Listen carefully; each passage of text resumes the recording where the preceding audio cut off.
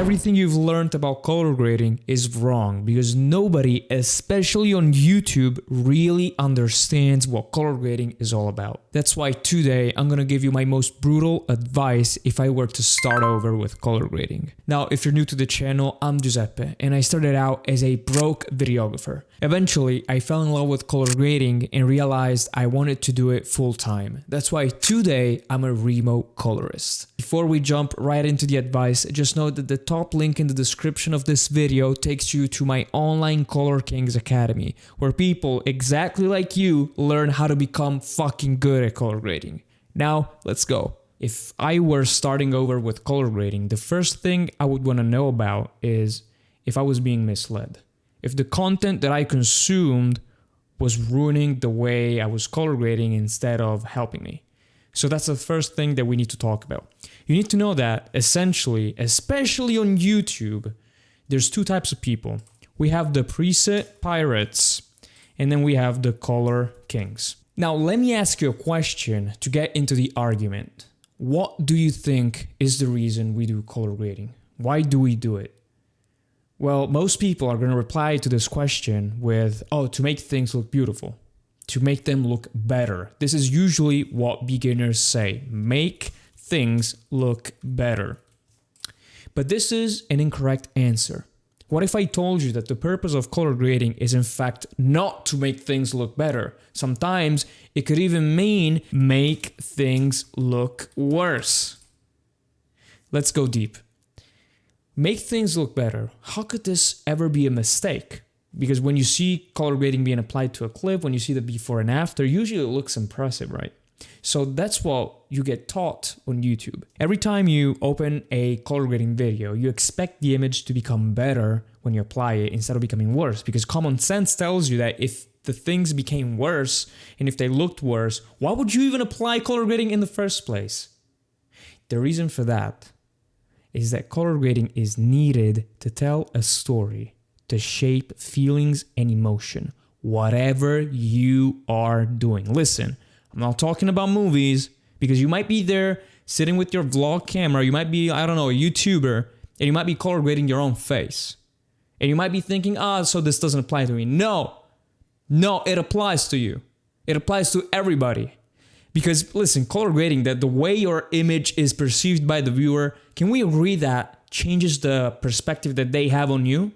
So color grading can be applied to everything. The concepts that I'm talking about can be applied to everything, especially to you. So whether you realize it or not, the purpose of color grading is to, guess what? Shape feelings and tell a story. Whatever you're shooting. Now, there's another issue with making things look better. I'm gonna give you a beautiful example. As you can see, I'm wearing a red shirt. Now, if I wear a red shirt, maybe I like red. Maybe red's my favorite color. Let's say that you like yellow, so you're wearing a yellow shirt. Now, can we get into an argument about which shirt looks the best? The red one or the yellow one? We cannot. We cannot define the objective better in this instance. Why? Because we are talking from our subjective point of view. I like red, you like yellow. It's not that red is better than yellow or the opposite. We just have different taste. Now, how is that? You intrinsically know that this is right. I didn't need to explain this for you. But how is it that we kind of make this, like we take this for granted, that color grading makes things look better. But what does better even mean? What does good even mean? Nobody defines this for you. The preset pirates, which are the guys you're listening to, never actually take the time to tell you why the fuck we're doing the things we're doing. Bro, why are you putting blue in the shadows? The fuck? Why would you add more contrast? Why lower exposure? Why? Because these people don't know. So the thing is this. Do you see how color grading is much more conceptual? Like fucking finally somebody on YouTube has dropped the facade and I'm finally taking you on a whiteboard trip to teach you what real color grading is about. And listen, a lot of people might be turned off by this approach because usually, like, you open up a color grading video and you expect a guy to start yapping on DaVinci Resolve or Premiere Pro. But do you realize that if I do not explain these things first, we'll get to Resolve, don't worry. But if I do not explain these things first, do you realize that you cannot make decisions? You cannot. How do you choose if what you're doing to your image is serving you or not? I'm gonna give you an example. If I shoot a documentary about starving children in Africa, and I decide that orange and fucking teal needs to be applied to the footage, how do I know if I'm making the right decision or not? Oh, it's just to make them look good. Orange and teal, it's a very easy look to apply. It's a crutch. It's become a crutch. Why do you see everybody teaching exactly that? Because it's so easy to teach it to beginners. And it looks good. Plus, it looks good, right? Why do we apply orange and teal to everything? Can you give me a reason? If you don't, if you can't give me a reason, then you should listen to what I'm saying. We cannot apply orange and teal to that example because it does not tell the story that we're trying to tell. Do you understand that? It does not help you or help me shape feelings in such a way that serves my video. It's like my video is saying A, and my color grading is saying B. They do not agree on what the fuck they want to say. So my next point, after we're done discussing preset pirates and color kings, will be about how do we actually do color grading. Preset pirates usually tell you what they are doing when they do color grading without explaining why. This is a big issue because it looks like they're teaching you something. They're just giving you a recipe for disaster. Usually they tell you to apply LUTs. Have they ever done that to you? Just apply my LUT. Get my power grade. Download the power grade from the description. They usually tell you this. And what do they also do? They usually, and this happens in almost every color grading tutorial that I watch, they put blue in the shadows and warmth in the highlights. They do some bullshit split toning orange and teal technique. Okay. Now, why is this an issue? Why is this a problem? Because this will turn you into who I was. Some time ago, I was still a videographer. I had around, it was a lot of time ago. I had 1 year of experience as a videographer. At the same time, I wanted to learn color grading to make better videos, right? I wanted my footage to look professional. So I had around 1 year of experience in color grading as well, right? I was starting to post on Instagram my work, and I was showcasing the transition, like the before and after my color grading, right? And a production company reached out to me and they asked me, like, they were like, Giuseppe, you actually look like you can color grade. Like, it actually looks good. Would you like to color grade this commercial that we have for a brand? And I was jumping up and down because I was just falling in love with color grading, and this production company called me. Bro, I was like 18, right? It was a lot of time ago. I was jumping up and down. I was like, sure. What is the commercial about? It was for a brand the size of Sony. It was for a very big fucking brand. Because usually if you do color grading for some clients, it's usually very big clients. People don't hire colorists for small videos, right? And I thought I just won the lottery. All that I knew, though, was what these people at the top, like the preset pirates, was what they had taught me.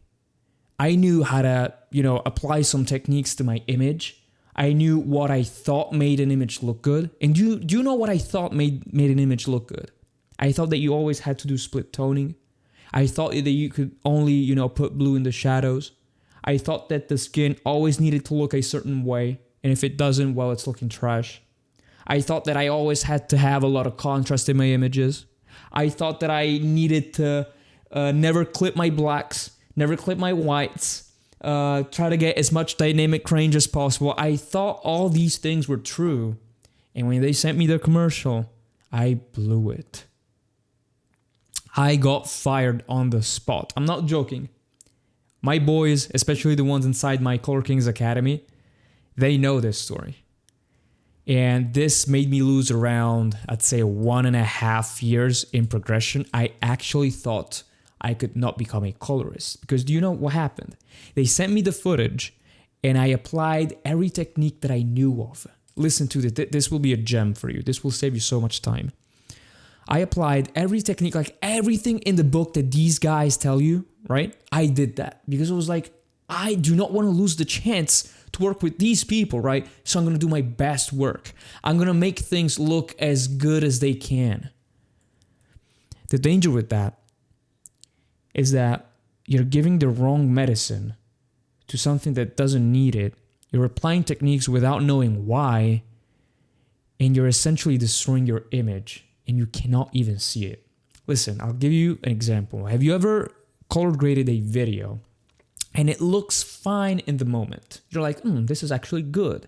Then by some chance, you disable everything and you're like, this was the before image. All right, let me re-enable everything right now. And you re-enable everything and it looks trash. How can it be? What looked fine 30 minutes ago, I look at it now, I hate my work. Why? You're not crazy. It's just that we get adjusted to what we're doing because the eye has relative vision and it's so weird. What is my point? My point is that there's so many. Do you see how many hidden dangers are there when you don't know, when you don't have a method, when you don't know how to think about it, when you just aim to make things look better and you follow techniques without knowing why you're following them? Do you see the dangers? You'll ruin your clips. You'll do color grading and you'll hate your work because of it. This is what will happen to you.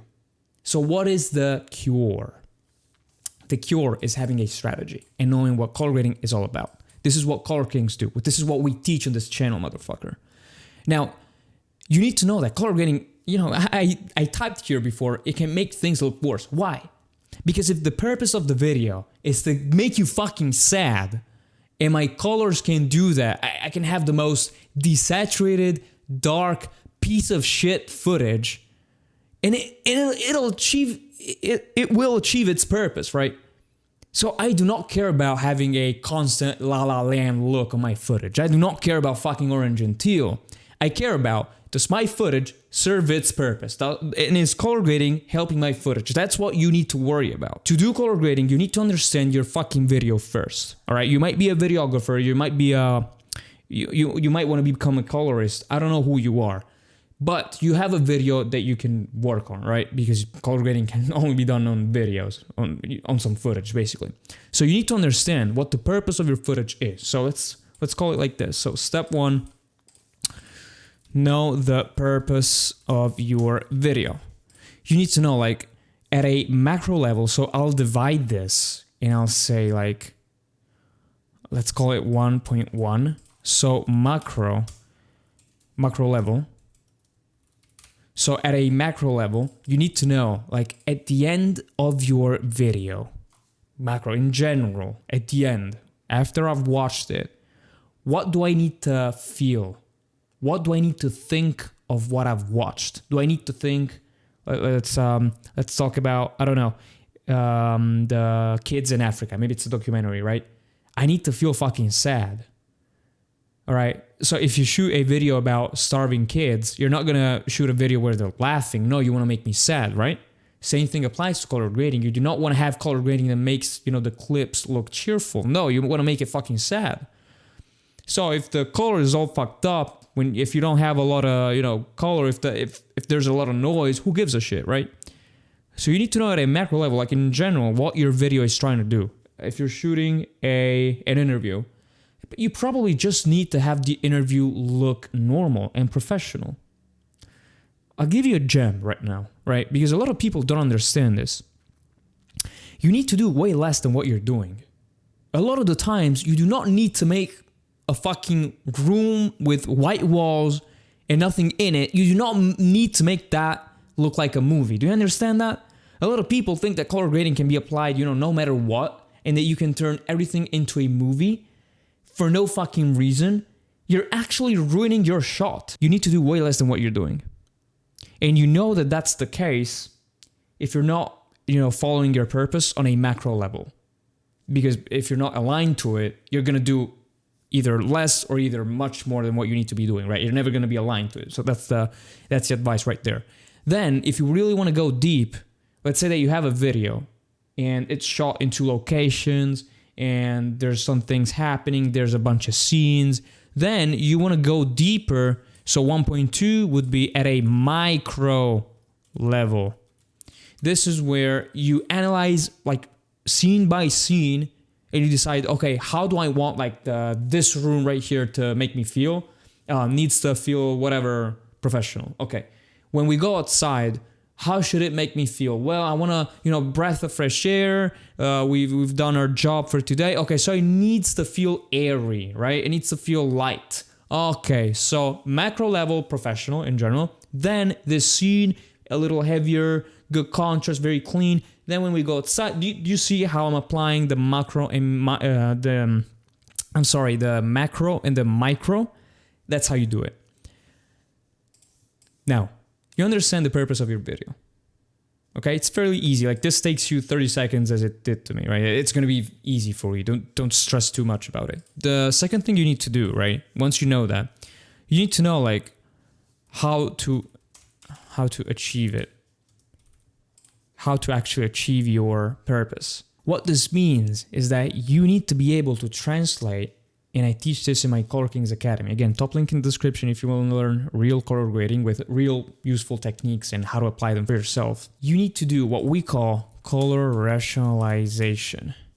This is the act of translating the idea, like the things that we want to convey, into colors. Okay, so I can be like, I want to make the image feel professional. Okay, what color makes it feel professional, right? That's the act of color rationalization. We gave like a reasoning to color and all that bullshit, right? And third step would be actually achieve it. So third, actually do color grading. Now, your issue is that you did not know that step 1 and 2 existed, because what you do usually, you jump straight to step 3. But as you can see, like, bro, like, let's be real for a second. Do you understand that there's a million different ways for an image to look good? Even if you're still stuck with the concept of using color grading to make things look good, what does good even mean? I told you in the beginning, like, there's a million different ways an image can look good. So you cannot jump straight into color grading. You're going to make bad decisions because you do not have a compass. I talk about the grading compass in my online Color Kings Academy if you want to learn how to become great at doing color rationalization. But now I want to jump straight to Resolve to give you some pointers, some practical pointers about color grading once you get to the program. So the first piece of advice would be what software to use to do color grading. And the answer is DaVinci Resolve. No questions asked. The reason we use DaVinci Resolve is because compared to Premiere Pro, Final Cut, all these programs, you have a beautiful node-based interface, which is this thing right here. It's a thing you always see guys using on YouTube that looks super complex, but it's actually very simple once a guy like me actually makes you understand it. And we use a node-based interface because it allows us to do things at the same time or in weird orders very, very easily. You know, when you work with a layer-based interface like Premiere Pro, you can just do one things after the other, right? You have things in order, kind of like right now. Like pretend that these 3 things right here are layers on top of our footage. So we have layer 1, 2, and 3. Well, we cannot do 1 and 2 together, right? We need to do 1, then 2, then 3. So let's say that you have a black and white clip, and then you want to make just a red pop out from the black and white clip. You cannot do that when you have a layer-based interface because you cannot do 2 things at the same time. Right here, we have no more color information. Put very simply, since we have cut out all the color that we had, the layer 2 is not getting any information. So we have no way to get some red out of this black and white image because this is telling me, Giuseppe, we have no red. What do you mean we want red? Because all I'm getting is black and white from the previous layer, from the previous node. And as you can see this, right now we're not actually using layers, we're using nodes. So nodes can also work like layers, But with nodes, you can actually make them in parallel, which is what you see when people make them, very complex and they have a lot on top of the others. This is what they do. So they duplicate the signal, they make another node. Put simply, they just do two things at the same time. As you can see, right now I can get the red out of my image. I can do the same thing for yellow. I can do the same thing for a lot of colors. So as you can see, this interface inherently beats everything else. And DaVinci Resolve doesn't cost a lot. It's very easy to use. Do not even ask yourself what program you should be using. Just use DaVinci Resolve. Second thing that we need to talk about is how do you actually work on log clips? And this is going to be very important. And why do we even shoot log? We shoot log to have more freedom in post. Does this mean that you cannot do color grading on clips that are not shot in log? No, I actually do a lot of color grading on clips that are shot normally, and people then panic because they look trash and they ask me, Giuseppe, can you fix this? And I say yes. So I have different clients that ask me to do color grading on normal clips. But usually, we shoot log because that gives you more freedom. A lot of people online are gonna say, do not shoot log if you have an 8-bit camera. I disagree with that advice. For the longest time, I had a Sony Alpha 6400. If you've been a videographer, you probably know that camera, very famous camera. It's a cheap semi-pro camera, basically, APS-C, Sony lineup. You get S-Log 3, but it records 8-bit 4K. So not the best, not the worst, essentially. And if you go online, a lot of people are going to say, if your camera shoots 8-bit, which basically means if your camera does not have a lot of color information, do not shoot log. Log means this format right here where the image, has low contrast, low saturation. The reason they say that is because they do not know what the fuck they're talking about. I became who I am by practicing on the footage that I recorded with my Sony Alpha 6400. So you have my full permission to record, log, whatever you're using. If you're using your grandma's cell phone, record log, bro. Don't worry. Record log, become great at, working with shitty cameras, you'll be the best. So that's my advice for you. Now, if we record a log, okay? If we do this, you can do this, you can set this up in your camera if you're a videographer or whatever you are. You can set this up in your camera and it's specific to any camera, so I can't give you precise instructions. But once you record log, we get to DaVinci and we need to make this look normal now because you can't have something looking like this, right? You need to have something looking like this. Now this looks more normal. Now there's an issue here. The way I have just normalize this clip, this is the term we use, is wrong. And by now, people have kind of started waking up. So you probably know what we're going to do by now. But I need to say this in case there's people listening that don't know about this. If you see somebody on the internet do this on their log clip, so give them contrast and saturation, they're full of bullshit. Do not listen to them. You do not want to do this. Well, if you do this, what you're doing is called you're normalizing the clip by eye. This is fucking dangerous. I can do this, yes, you do not want to do it. Please don't make your life harder. What you want to do instead, which is very easy, very simple. It's way easier than this. I'm going to ask you a question. If you do this method, right, how do you know when to stop? It's just your taste, right?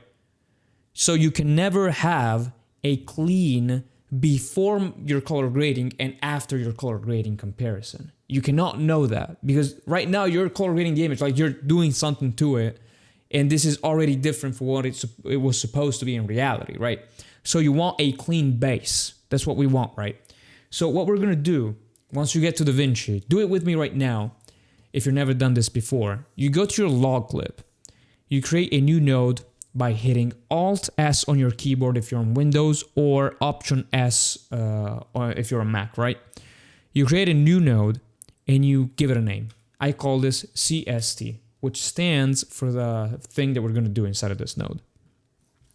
Once you get to this stage, you need to open this Effects tab. And right here we have a lot of plugins, a lot of effects, a lot of things. Do not worry. we go to this icon right here and we look for color space. There you go. Color space transform. You click, you drag this, and you put this on our node. I've called it CST because as you can see, color space transform, CST. Now, when you have this effect on your node, you're essentially saying, DaVinci, in this layer, in this node, do this, use this effect. That's it. We're not doing anything else, right? We have applied it. If you close this tab, you're not going to see like the settings for that effect, but it'll still work. So if you want to, customize the things, and if you actually want to go ahead, you need to have this effects tab open. You can also, in the same node, use the instruments that we have on the bottom. Like there's not a limit to how many things you can do, but for the sake of simplicity, everybody kind of sticks to one thing at a time, so that you always you can go back just one step at a time. If I do like my whole color grade right here and I'm adjusting exposure and this and that, like what if I just want to disable one thing? Well, good luck with that, right? So we stick to one thing. In this case, it's color space transform. Now, when we get to this stage, DaVinci is just asking us, Giuseppe, what camera did you use? And I need to say, bro, I used a Sony, right? Okay, Giuseppe, and what log is that? I need to say, oh, Sony, they use S-Log3. That's what I have on my camera. So you go right here, input gamma, and you open, there's going to be, you're not going to see it right now, but when you click on this, it opens up a list of like different camera settings, and this, you just need to find, they're in alphabetical order, you need to find Sony S-Log3, like I've just done right here. Now, as you can see, like DaVinci is already starting to convert everything. We're not done yet. You need to also say what color space you recorded this in. The reason we do that is because usually when you shoot in a log encoded gamma, you also do the same for your color space. Fancy way of saying add saturation and let it do, like DaVinci do it, right? So instead of use timeline, you're going to click on this and you're going to go for your color space. You're going to search for it. In my case, Sony S-Gamma 3 Cine. Now, DaVinci is already doing something. You can see that the image already has a great deal of contrast now. And you might be thinking, all right, so this was the original clip. Like this is what the clip would have looked like if the camera recorded it normally and not in a log space. But we're not done yet. Actually, you need to say, DaVinci, I want Rec 709 as color space, which is like the standard. Rec 709 is basically what we use on the internet. Is basically the colors that we use on the internet, TVs, smartphones, everything is going to read Rec 709. So you always go safe. As you can see, nothing changes like when I put Rec 709 because DaVinci was already doing that under the hood. And in output gamma, instead of use timeline, you're going to make sure that it's under gamma 2.4. Now, there's a debate whether you should use gamma 2.4 or 2.2. Most screens actually display 2.2, especially if we're talking about smartphones, MacBooks, if we're talking about desktop displays and all of that stuff. If we talk about TVs, there's a good chance that they're going to use 2.4. So there's a debate. So you can change this on whatever you're working for. Like if you're working for a project that needs to go, I don't know, on Instagram, you're going to go 2.2, right? If you're working for something that maybe it's a short film, maybe, I don't know, even a YouTube video, you can go 2.4. There's not that big of a difference. I mean, you can make up for it, whatever you're doing, right? So do not stress. It's one of those things, like just set one or the other, bro. Don't stress about it. So we do this. Once you do it, your clip is actually ready to go. You can grade this now. And the reason we do it this way and not this way, again, is because when I do this, I have like, I don't know, like, is this correct? It might be, like I might actually have gotten closer to what we had, but who's going to tell you when to stop, right? So you want a good neutral starting point to see like against a normal image what you're doing. That's the reason we do it. Usually, I don't really have my color space transform like this. I used to teach it like this to beginners, but I've realized that I prefer beginners use the actual, like the real method that I use myself. So I'm going to teach you, like we're going to go a step further. You understand that DaVinci just converted my clip to whatever looks normal, right? This is great. Now, instead of actually, proceeding this way, what we want to do is create another node. You can do that either after or before. So if you want to go before, instead of hitting Alt S, you're going to go Shift S. In my case, I'm going to go Shift S just for the sake of demonstration. So Shift S, it creates a node below. It just means before, right? You can visually place this anywhere you want on the screen. It doesn't actually matter. Sometimes people worry, like, does the name that you give to the nodes do anything? My answer is no, it does not. Like, so it doesn't do anything. Like, don't worry about that. We're going to call this CST. Fancy people on YouTube, if you watch some tutorials, they call this in, and they call this out. They call it ODT. They call it whatever the fuck they want to call it, right? Does not make a single difference. Call this poop and it's going to work the same, right? It's just to remind yourself of what you're doing. You're going to grab another color space transform. You're going to place this right here. Now, what we need to do is disable this. And we want to go back here and actually redo what we did in that node, but with extra steps. I'm going to show you what we're going to do and why we need to do it. I'm going to give you reasons so that you know if you want to use this technique. So I'm not just brainwashing you, I'm teaching you like why we do the things we do, right? That's the whole point of this video. So right here, as you can see, I will select again sgamut3 cine and slog3.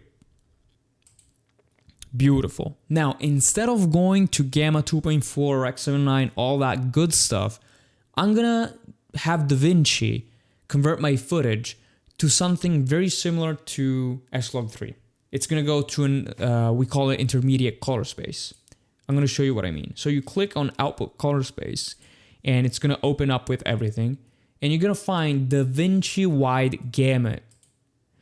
Then you do the same thing for output gamma. Instead of use timeline, you're gonna go DaVinci intermediate. As you can see, when I decide, like, it looks log either way, it just looks darker now, right? Why do we do this? I'm gonna explain that to you right now. When we do this, as you can see, we need two CSTs because it's like we are re-encoding. So right here, look at this arrow right here. Before the CST, the image right now, it's log, okay? Because at this stage, we haven't, like the node comes after, right? So while it travels, it is still log. Then we put our flavor on it and it becomes DaVinci intermediate, which looks exactly like log.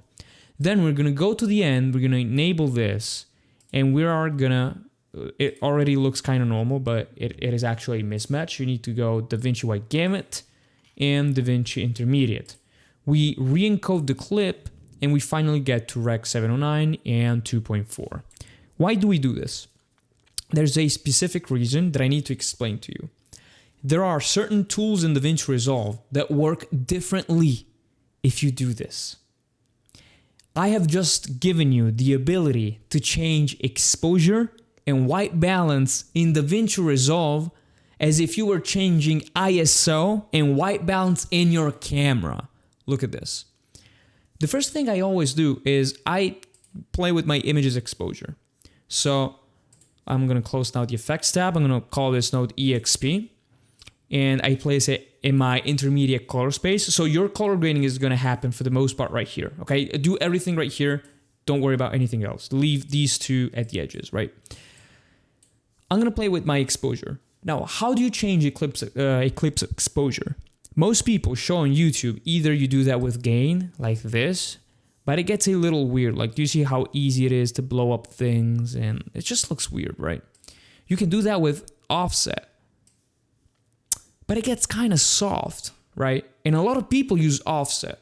Now, what is the right technique? It's very fucking easy. Listen to me. You need to go to the HDR wheels right here. So basically, you'll get a new set of color wheels that look exactly like the ones, you know, that we have in the default page, basically. Let's call it that. You're going to click here, and they look kind of the same. They have slightly more buttons, but we do not care about that. What you're going to do is you're going to go to the global wheel, and you're going to change here. It says EXP, exposure. It stands for exposure, and we're affecting the global exposure of the clip. When we do this, look at how natural it's going to look, exactly as if we were changing our camera's ISO. Look at that. Sure, if I push it far enough, it's going to clip right here, but do you see how it looks natural? Like, if we actually make the image brighter, this is what I would expect to see, right? Plus, if you know what this means, it is also telling me how many stops I am overexposing the image now. So I can clearly see how far we're going. If you're very overexposing and you want to go like precisely, you can literally come right here. You want to go like, okay, let's underexpose 2 stops. Do you see how beautiful this is? Now, if we were just using one CST, this doesn't always work like this. Okay, so you would be running into some problems. That's why now to beginners, I have decided to recommend this method, even though it requires some more patience. But at the end of the day, as you can see, like it's one of those things that you set once, you learn how it works, and now you're golden. You never need to touch it again. It always works. Nobody's going to say anything to you. Some people are going to talk to you about ACEs. If you're one of the experts or intermediate guys on Resolve, ACEs. People are going to talk to you about ACEs as if it's some gold, okay? As if it does anything. I don't give a shit about ACEs. Use DaVinci White Gamut, DaVinci Intermediate. You do not need ACEs, okay? Short answer, you do not need that. It does the same thing that this does. It's just a gimmick, okay? You need ACEs only if you're working with, I don't know, multiple people, VFX, and they can read ACEs better. Bullshit, bro. It's not your case. Do not worry about that. If you're color grading for you or for a client and that's it, it's going to be it. It's just going to be you on DaVinci Intermediate all the way. Do not worry about it. Now, I told you can do the same thing with white balance. You can affect white balance like this, but it's very easy to go overboard. And plus, it's kind of hard. Like we don't usually affect white balance on a clip like this. Like we usually, we want temp and tint, right? Do not do that. Do not do that or I'll slap you. Do not do that. They work like they fucking suck, temp and tint.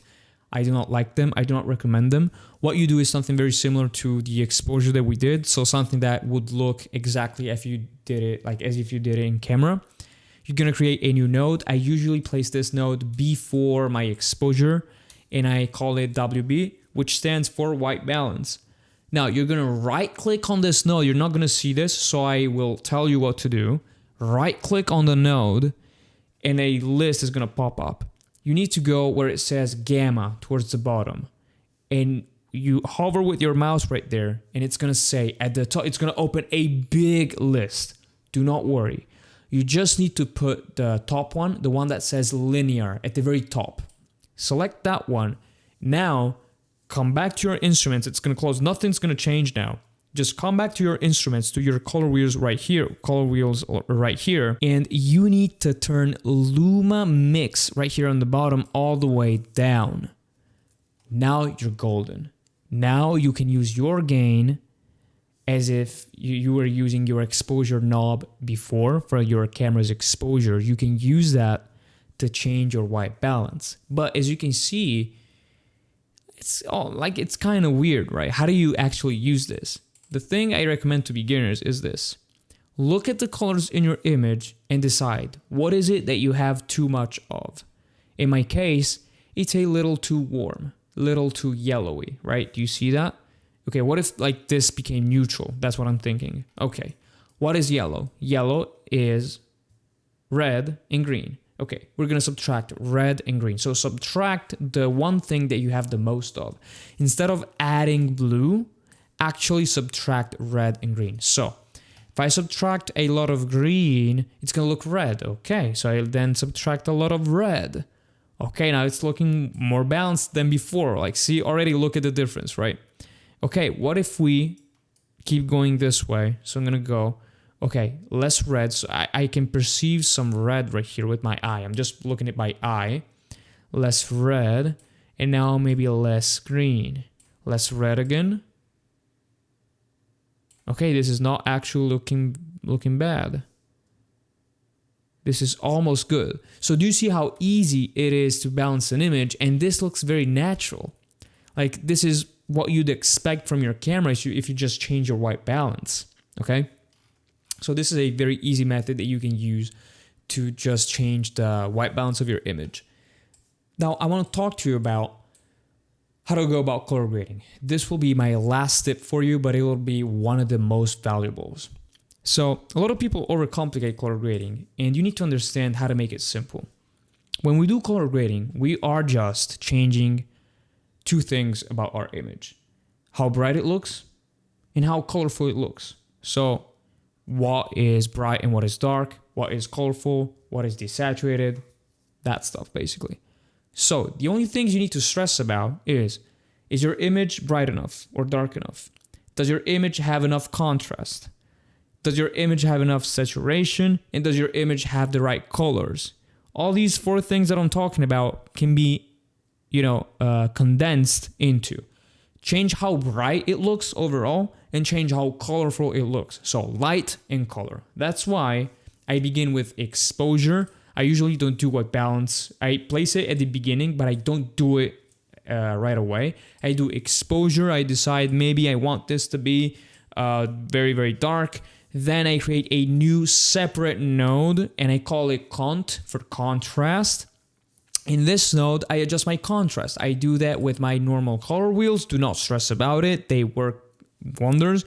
Don't worry, I have more in-depth guides in my Color Kings Academy if you're worried about that. But actually, just use the color wheels right now if you're a beginner. Do not stress about all the other instruments. If you actually see the way I do color grading, I do color grading in a it's very simple. And people always expect, that I'm using some secret technique, like some secret bullshit that you can find in there.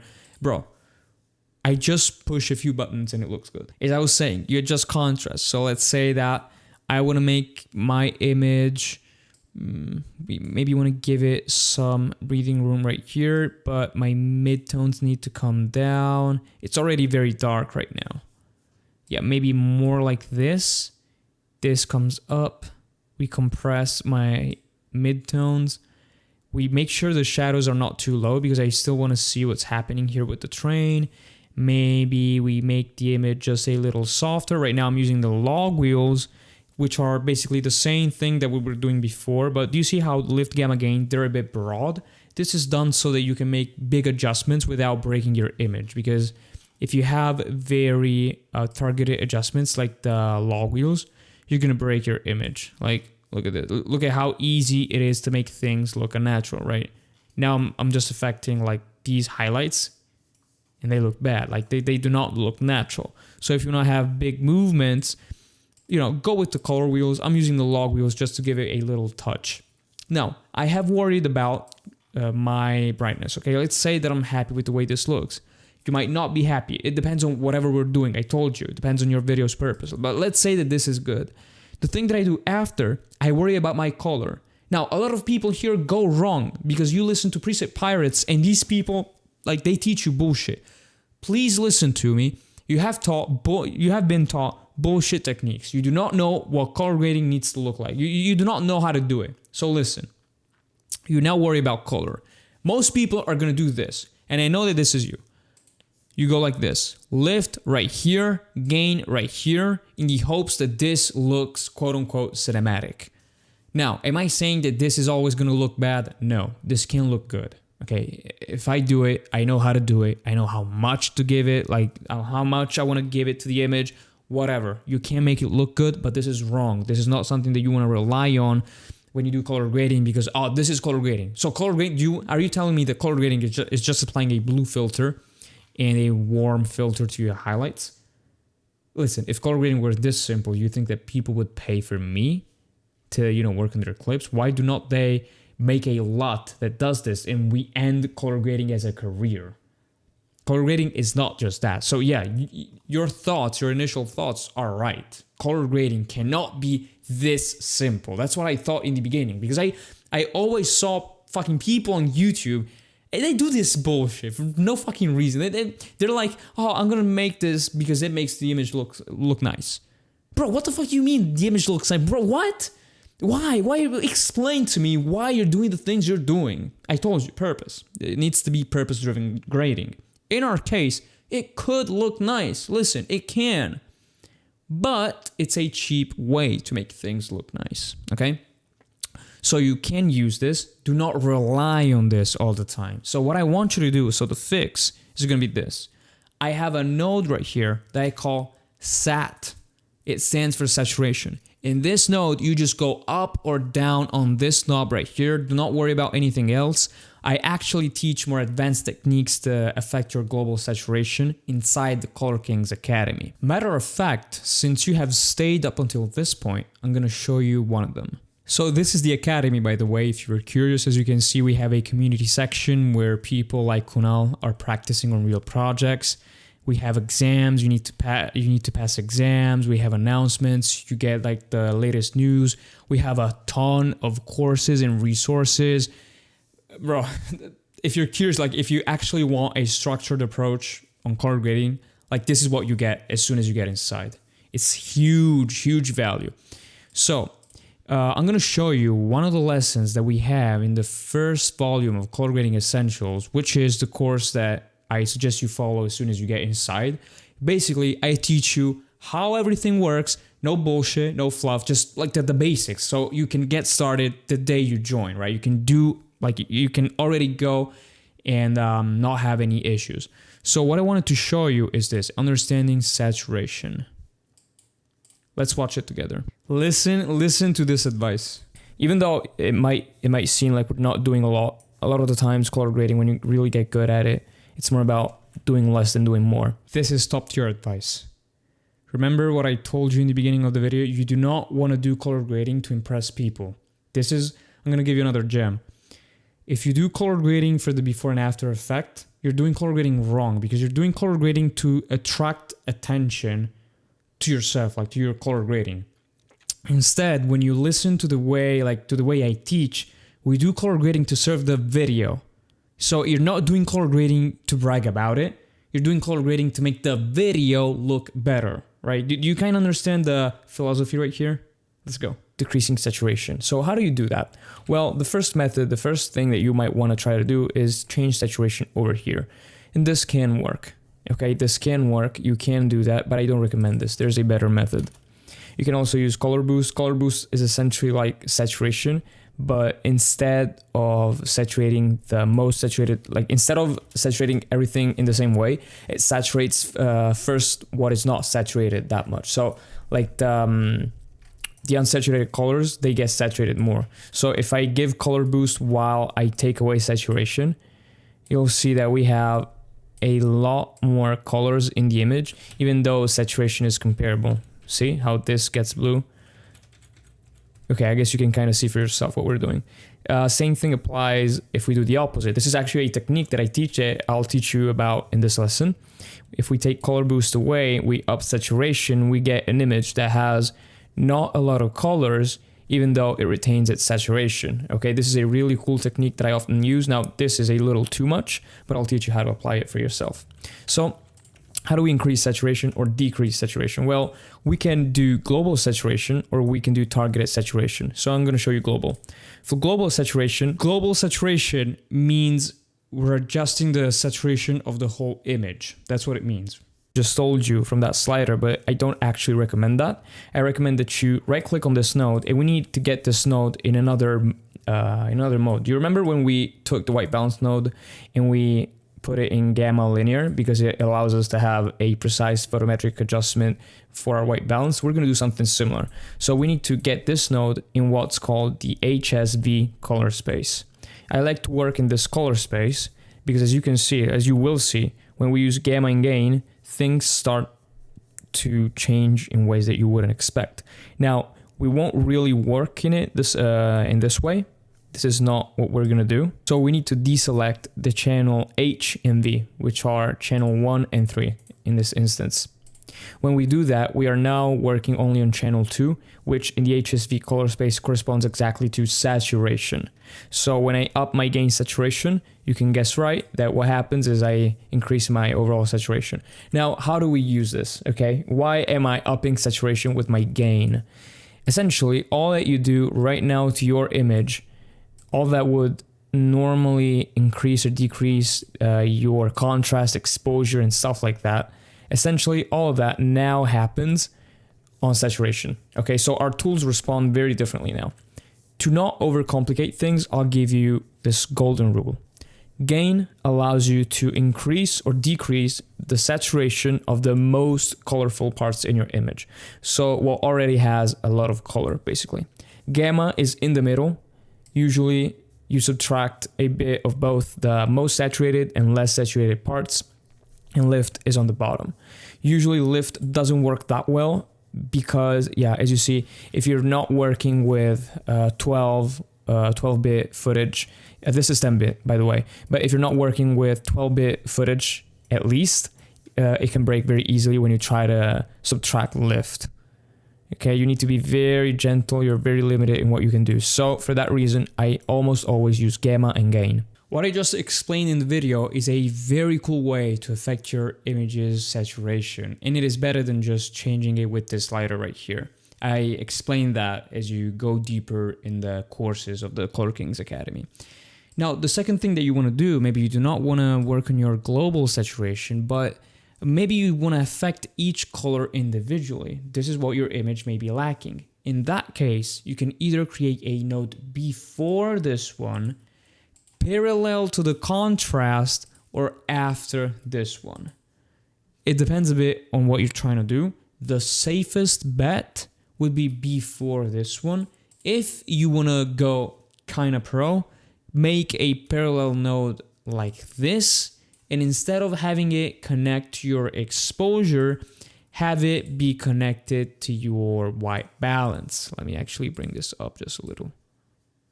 Yeah, so that it does not look that dark. This node, we're going to call it HSL. It stands for hue, saturation, luminance. Those are the three things that we will be adjusting in this node. And we do that by using these tools that we have over here. These tools are all part of the curves that we have on Resolve. You usually the curves from this. That's what we usually see on Photoshop or Premiere. Here we also have 1, 2, 3, 4, 5, 6 that do all sorts of different things. We use the first one to change what color a precise color is. So if I select my yellow and I bring it up on this scope, it's gonna turn red. It's kind of like we increase, like yellow, the yellow that we have right here, it gets pushed towards the left side if we go up, and it gets pushed to the right, so towards green if we go down, or actually you can also make it blue, as you can see. We use this if we want to change a specific color's hue. Let's say that we want our yellows to be closer to green, we can do that. Right now it's a very broad adjustment, sorry. You can also make narrower points, even though I don't usually recommend this, but you can do that for yourself. It depends on what you're trying to do. Same thing can be said for hue versus sat. We can take a color and we can saturate the color or desaturate the color. So if you're trying to do something without global saturation, so maybe you want a lot of saturation, but there's a color that blows up. You up saturation, then you come back and you desaturate the color. That's what you do. Same thing gets applied for luminance. You can make a color brighter or darker. And as you can see, the instruments work very simply. If at this point you still feel that there's something missing in your image, this is when I would add a color cast or a tint to your image, which is what the preset pirates always show as the first step. You can do this by creating a new node after saturation, before saturation, after HSL, in parallel with HSL. You can do that in many places. I teach more about how we build node tree structures in my Color Kings Academy. I have dedicated lessons just for this, and I just talked to you about, okay, you do this because of this. You get the point by now, right? But you can actually place this kind of, it depends, but it can kind of go anywhere, right? And at this stage, yeah, you can use your technique where you give the image cool shadows and all that. I just want to save you real quick. You do not actually need to counteract what you're doing. People on YouTube, what do they show you? Apply blue, then go back. For no fucking reason. No, you can actually apply blue. And that's it. A very small amount of blue, and you're golden. This might be your color grade. Now, you might actually want to get, I don't know, noise reduction on your image because it's looking noisy. Okay, you make a new node at the very beginning and you go right here. There's noise reduction. I teach this in my school, these advanced things, how to recover really bad shots. Again, go check out the top link in the description. You already see how much value I can provide in one YouTube video. Imagine the fucking online school, right? Where I literally look at your grades. Did you see my students before, right? They submit the way their images look, and I tell them, you're doing good, you're doing bad. This is what you need to fix. So just go check it out. It's very cheap right now because I've got a discount active, but it's about to end. So I feel like this is it. This is what you need to know. Again, do not overcomplicate color grading. Do not touch glow, halation. Do not put a lot of grain on your images. Do not touch that bullshit. This is color grading. This is all that you want to do. Like the people that have 4,000 fucking nodes, bullshit. You do not need that many nodes. Like if you see how I actually do color grading, this is what my node tree structures look like. And my images look amazing. Now, this might look a little trash, but it was just for sake of demonstration. But the point that I'm making is that people overcomplicate color grading on YouTube because people want to sell you something. And since they do not really know what the fuck they're doing, they try to make color grading more complex than what it needs to be. You got the point. Again, go check out the top link in the description. I put a lot of effort into the Color Kings Academy. I am forming a team of warriors in there. The guys that join the academy, they start growing from day one. The effort that I am putting in and the value that I'm providing is amazing. I know like there's some internet scams, right? So I usually do not buy online because everything like people that sell online, they look like fucking gurus. Like they're trying to sell you money-making courses and that bullshit.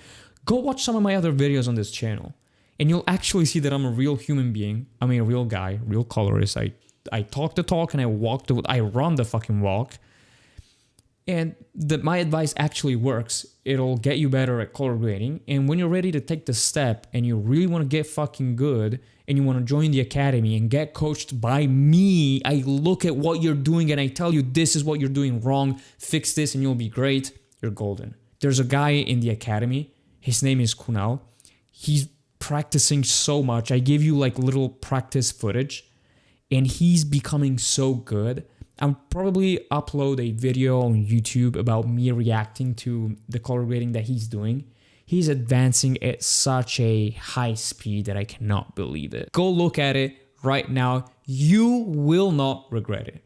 Thank you for watching. I hope I gave you some beautiful, great pointers. God bless you.